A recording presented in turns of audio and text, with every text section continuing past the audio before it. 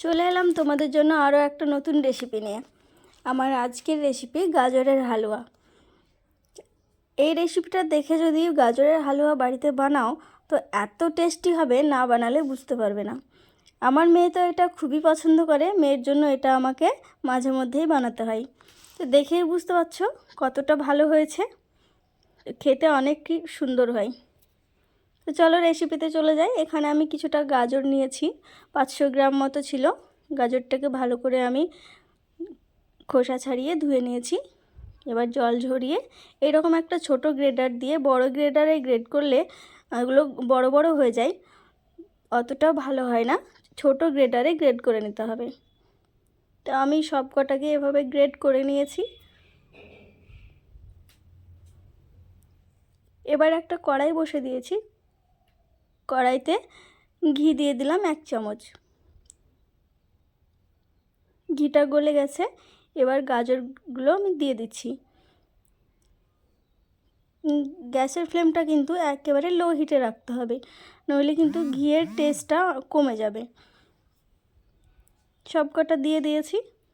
এবার গ্যাসের ফ্লেমটা হাই করে এটা একটু ভালো করে এইভাবে নাড়াচাড়া করে ভেজে ভেজে নিতে হবে, যাতে ওর যে রসটা, সেই রসটা যেন বেরিয়ে যায়, তাহলে কাঁচা গন্ধটা চলে যাবে। এখানে আমি একটা এলাচ দিয়ে দিলাম থেতো করে, দিয়ে খুব সুন্দর করে এইভাবে নাড়াচাড়া করে গাজরের রসটা মেরে একেবারে শুকনো করে নেব।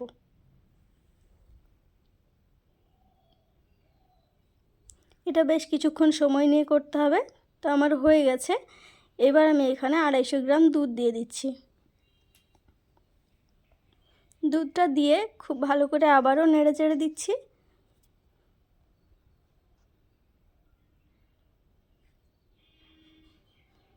আড়াইশো গ্রাম দুধের মধ্যে একটুখানি রেখে দিয়েছিলাম, সেটাও আমি দিয়ে দিলাম।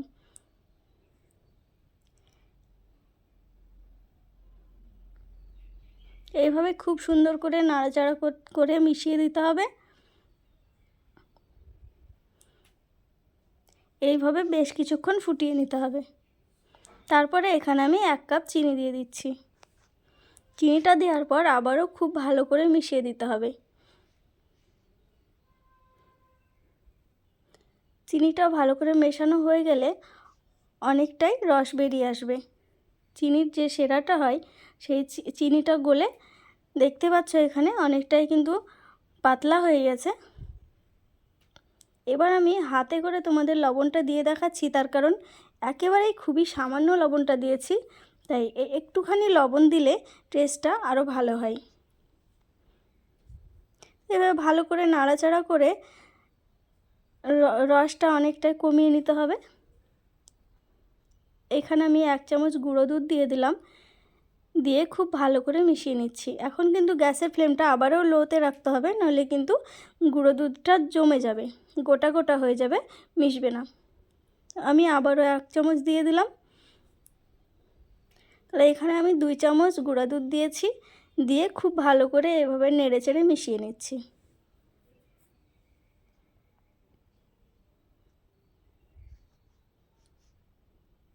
খুব ভালো করে মিশে গেছে। আবারও কিছুক্ষণ এইভাবে নাড়াচাড়া করে নিচ্ছি।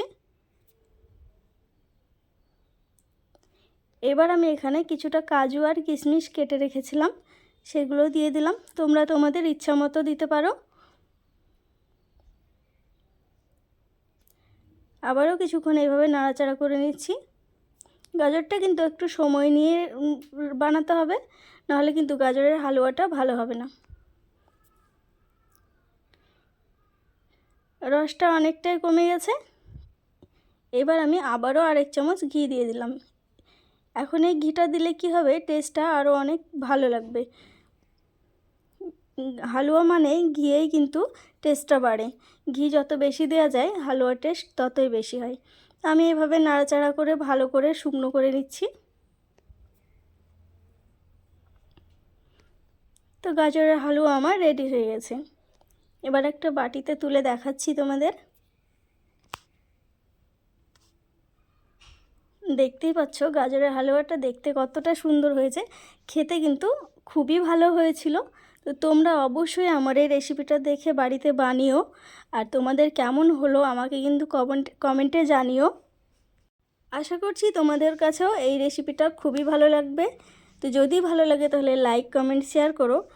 আর তোমরা বানালে কেমন হলো সেটা আমাকে জানিও। আর কে কোথায় থেকে আমার এই ভিডিওটা দেখছো আমাকে অবশ্যই জানিও। আর যারা আমার নতুন বন্ধুরা আছো তারা কিন্তু চ্যানেলটা অবশ্যই সাবস্ক্রাইব করে দিও এই রকম নতুন নতুন ভিডিও পাওয়ার জন্য।